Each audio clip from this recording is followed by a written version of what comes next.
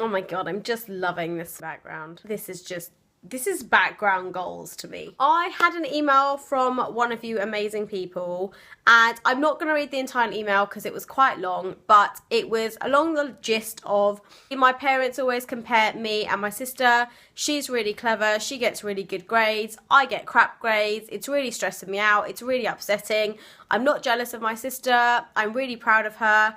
But why do we keep getting compared? And what is the actual question? I don't know what's wrong with me. My self-confidence has been severely affected by this. I don't think I've ever heard my parents say they're proud of me. They get so happy when they talk about my sister's future, and when they turn to me, they say, don't worry, it's not about the marks, which is hard to believe when they've been stressing about my sister's marks right in front of me. Can you please help me? I really appreciate the time you took to read this email. This is what every single Indian, Asian, Pakistani, Bengali, anyone that is brown basically will go through, because with Indian parents, they have this kind of status thing where they have to worry about what the rest of the family is going to think. So they will no doubt come across Mr. and Mrs.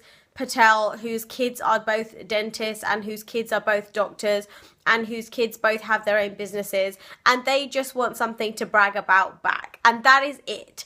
Your parents' actual real life goal is that you are happy and you are not struggling for money. I've learnt generally that struggling for money is probably not the best thing, and my intention in life is not to be rich or loaded. My intention in life is to be happy, have everything I want, have family around me that love me, have a partner that loves me, have an amazing family, and to just be able to get by with life without struggling. That is my goal in life, and that should be your goal in life. What I think with siblings is me and my sister went through exactly the same thing.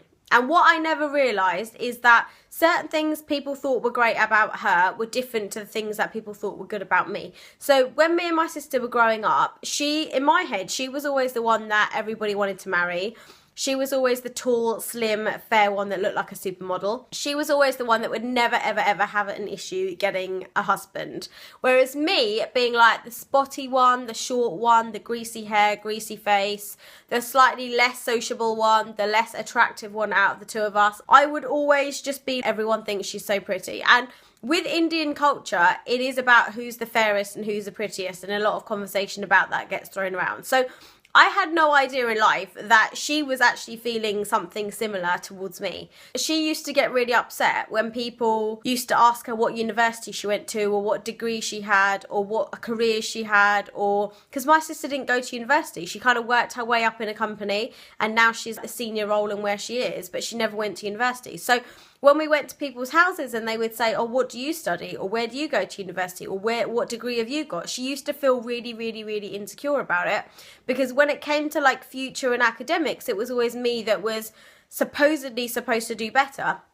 And I said to her, do you know how crappy that is for me? Do you know how much pressure that is on me now, that I'm supposed to be the clever one and I'm supposed to be the one that's supposed to do all this great stuff with my life? And what if I don't? What if I fuck it up? So there's always two sides to everything, and she used to get really upset when people said that I was cleverer than her and she should be more like me studying wise. And I used to get really upset when people used to be like, oh, she's so beautiful, she's never going to have a problem finding a husband. And the thing is, because my sister is younger than me, people would still always try and find out whether she was available for like marital status, whereas no one would give a toss about me because I was just the runt of the family. So I think everybody goes through this, and what people need to understand is you make your own successes. Like, you literally make your own successes. My version of being successful is probably very different to my sister's version of being successful. Her version of being successful is just being happy and a husband that absolutely adored her. My version of being successful was having my own business. Just very, very different. So I don't think you should get worked up about it. I think you should just think about what makes you happy, think about what you want in your future, and just aim for that.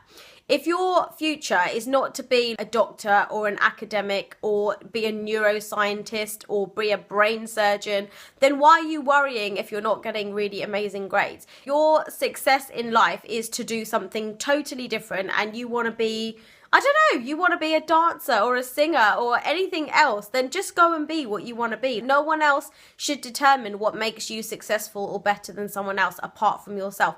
Only you should judge yourself. and you should have like a goal in your mind. So my sister is very successful in her own way. She didn't do the degree, but she's married before me. So it's like, well, we both did the things that we were supposed to do. I've got my own business and she got married like before me. So again, in terms of what people perceive as the norm, the older sister tends to get married first. I never got married first. I wasn't ready. I didn't meet the right person.